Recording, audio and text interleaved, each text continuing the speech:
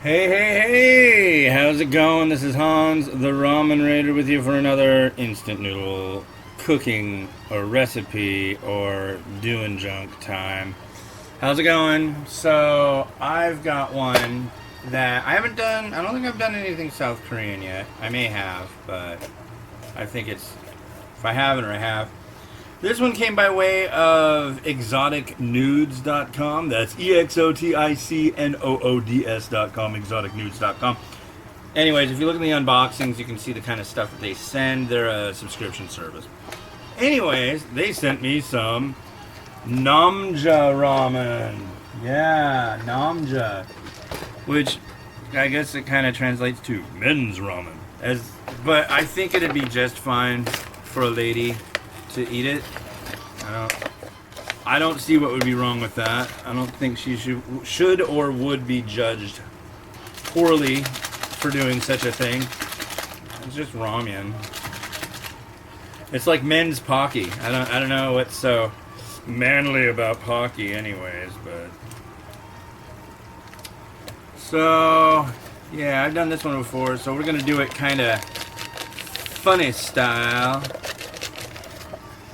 Now, I'll be the first one to tell you that this is, you can call it what you want, but I am not calling these hacks or anything like that. Oh, come on, really? Look at that. I bet you can see it on there, though. Let's see, can you? No, not really. Dark black text on dark red. Thank you very much. I'm going with 4 minutes. That seems logical. Also, I kind of want, I'm going to use mung bean sprouts in this one, and I kind of want them a little not as crunchy, a little done up. So I'm just going to drop them right in. I think that's okay to do, don't you? Well, either way, that's what I'm doing. It's done, as you can see, so if you don't like it, tough. And there's the fill line right there. Okay. So let's put some boiling water in here.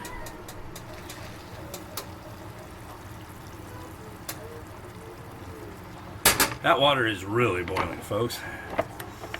Let's put they've got little guys that you can put on top of it. You could put a spoon, like so. I think that's probably the easiest thing to do. And then we need to set it. I'm going to go with 4 minutes. And there we go. So with this...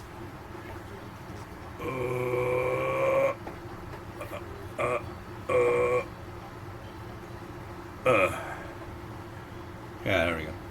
So with this one, I want to do something that I haven't shown you yet, and it's something that I really only do this with South Korean varieties. And I'm going to do something that drove a lot of people completely insane when a New York Times person talked about it. But I guarantee it's all right. So first, we need egg. Now, I'm going to put a raw egg yolk in this, and you're going to think, what are you doing? You're going to die. I haven't died yet, as you can see, and I've done this scads of times. I'll show you how I do this. I mean, there are just regular egg separators, and that's cool and all, but I've got my own way of doing things, and you get to see and relish in that as I do. So here, let's bring you over here. Come on. Come on. Come on. Have a look. Come on. Get in there. Okay. Alright. So as you can see, 1 jumbo egg. 2. Oh, gloopy and gloppy. And fro. See, and basically all I'm doing is just rocking it back and forth. And then there's this little funky looking thing. Let's cut the cord. Yeah. Ew.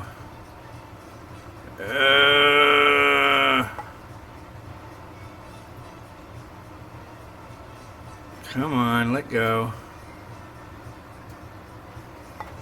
A little membranous funk. But yeah.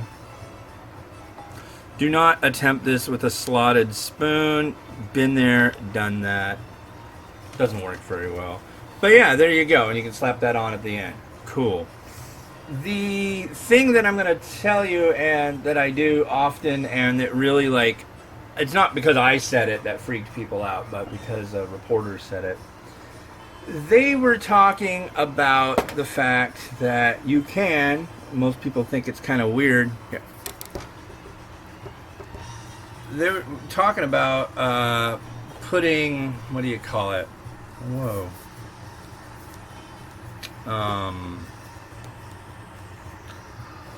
Cheese, which I like to call foot cheese in Korean ramen. And basically, here's an example. Where did my foot cheese go? Here it is. Foot cheese. This is like Kraft singles. The stuff you get over there in South Korea is usually white in color. So why did people freak out? Well, it was a bunch of white people in the U.S. thinking that this person is like, oh my God, you're destroying this culture by using your white people food in these noodles. And then like all these people that are Korean and of Korean descent are like, actually this is a thing. So, but it's weird. People get really, really, really, really offended, and I don't know. Anyways, so we got our men's ramen done. Let's have a look-see here.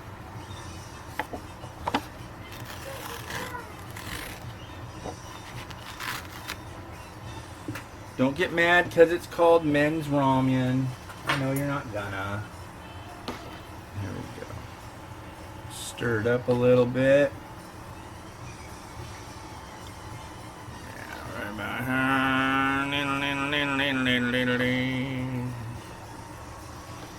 And now I've got this pot.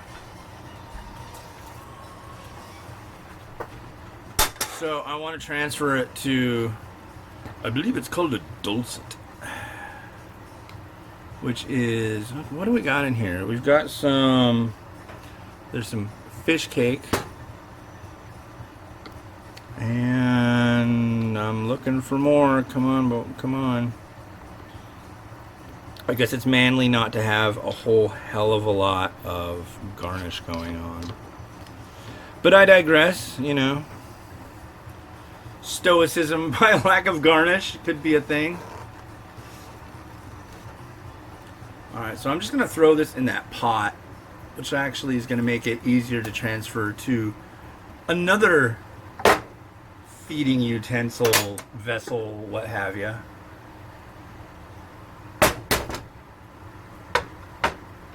Alright, so this is a Korean bowl. I believe the technical term for this is a dulcet, which I'm probably, see, that's where people should be getting offended. It's like, how do you not know these things, right? But yeah, I don't know everything. But here we go. Here's our ramen in the bowl. I've had this before, but I'll give it a attached. Oh, this might not be fish cake.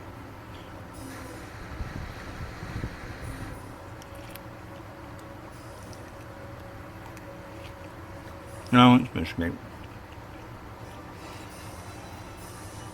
It's got a nice garlic taste to it. Good heat.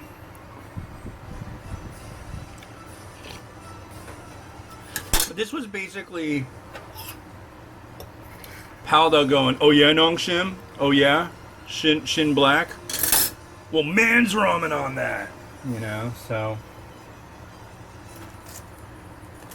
It's funny, some companies will call, in South Korea, they'll call it ramen or they'll call it ramen. And personally, I like I like ramyun much better. I don't know why, but it's when I first started learning about South Korean instant noodles, that's what I was told. It was ramyun.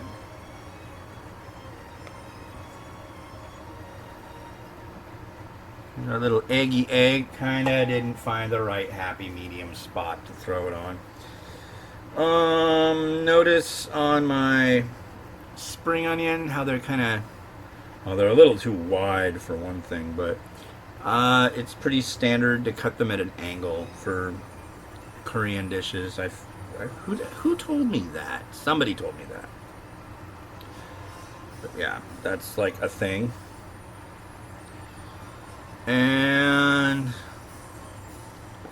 I wish I had more. It's kind of sad today on recipe time. It seems like there could be a little more to look at, but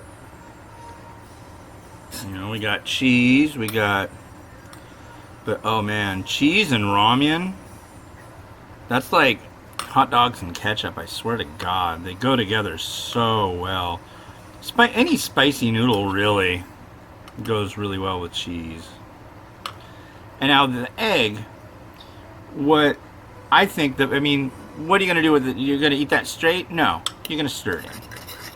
You're going to make it nice and creamy. It thickens things up. Basically, since the liquid is nice and hot, it's not quite, but it's almost egg droppy. Get me? So it thickens up the broth, as does the cheese, really. I mean, another thing I normally would put in here would be some beef, but I don't know. I think the beef might be a little freezer burnt at this point. We'll see.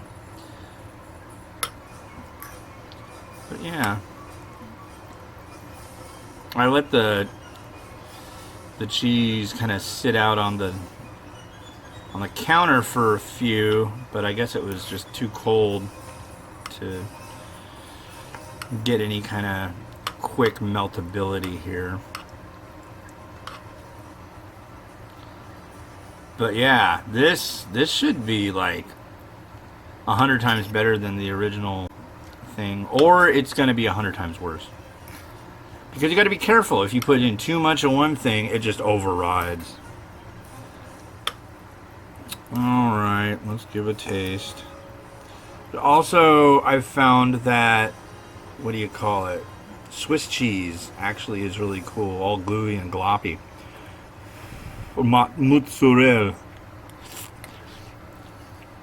Mmm.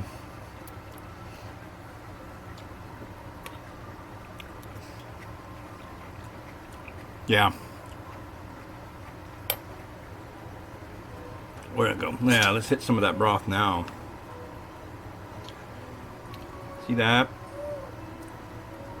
It's lighter, greasier, that's for sure.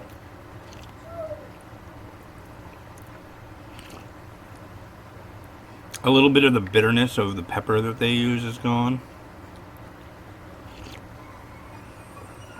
Oh yeah. Well, I'll have one more bite. And then it goes down the drain. Yep, all down the drain.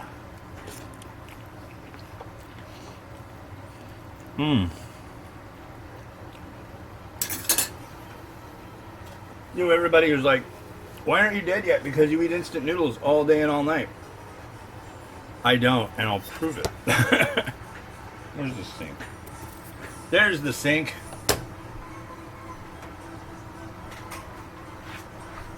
And now somebody's going to get offended and be like, you wasted food.